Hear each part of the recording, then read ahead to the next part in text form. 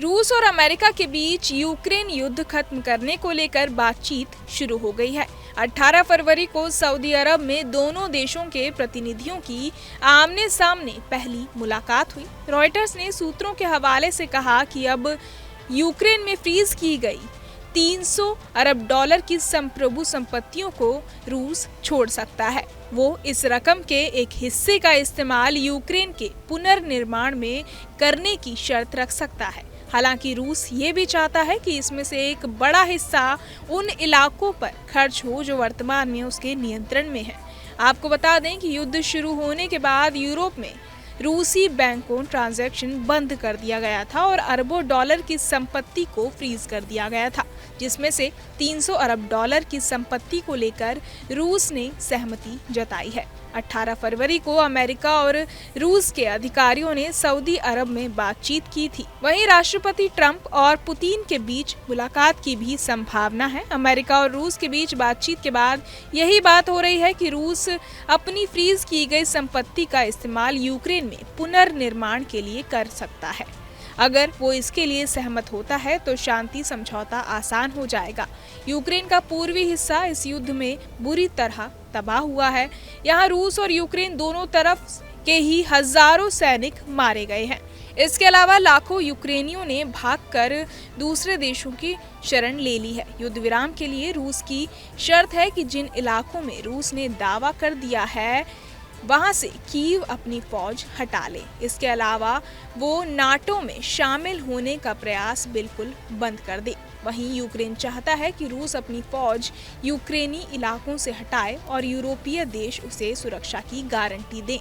Donald Trump का प्रशासन Ukraine की शर्त को वास्तविकता से परे बता चुका है। साल 2023 में G7 देशों ने कहा था कि जब तक रूस यूक्रेन में किए गए नुकसान की भरपाई करने को सहमत नहीं होता तब तक उसकी संपत्ति फ्रीज रहेगी। अमेरिका के पूर्व दूत कर्ट वोल्कर ने शुक्रवार को कहा कि राष्ट्रपति डोनाल्ड ट्रंप जानते हैं कि यूक्रेन के साथ युद्ध समाप्त करने के लिए रूस को रोकना होगा, लेकिन वो ये भी चाहते हैं कि वॉशिंगटन ने जो मदद की है उसके बदले कीव कुछ दे। रॉयटर्स की रिपोर्ट के अनुसार रूस अब इन फ्रीज संपत्तियों का इस्तेमाल यूक्रेन के पुनर्निर्माण में करने का प्रस्ताव दे सकता है, लेकिन इसमें उसकी अपनी शर्तें होंगी। रूस चाहता है कि इनमें से एक हिस्सा उन क्षेत्रों पर खर्च हो जो अब उसके नियंत्रण में है। ये पहली बार है जब राष्ट्रपति व्लादिमीर पुतिन की सरकार इस तरह की रियायत देने की बात कर रही है। युद्ध में अब तक लाखों लोग विस्थापित हो चुके हैं, हजारों सैनिक मारे गए हैं और पूर्वी यूक्रेन के कई इलाके पूरी तरह तबाह हो चुके हैं। विश्व बैंक ने एक साल पहले अनुमान लगाया था कि यूक्रेन के पुनर्निर्माण में करीब 486 अरब डॉलर की जरूरत होगी।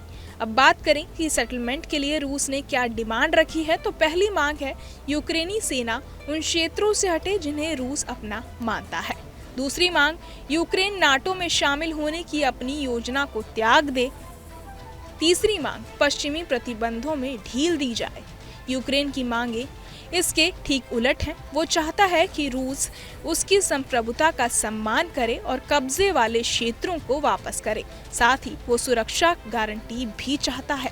बहरहाल इस पूरी खबर को सुनकर आप क्या कुछ सोचते हैं, हमें कमेंट बॉक्स में जरूर बताएं और बाकी तमाम खबरों के लिए सब्सक्राइब करें न्यूज नेशन।